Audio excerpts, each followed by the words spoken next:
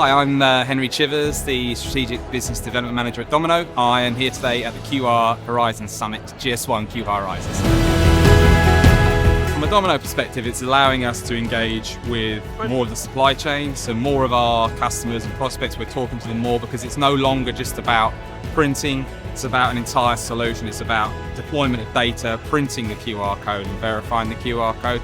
So it's a real opportunity for us to engage more stakeholders within their businesses and become more of a partnership with our customers instead of just a supplier.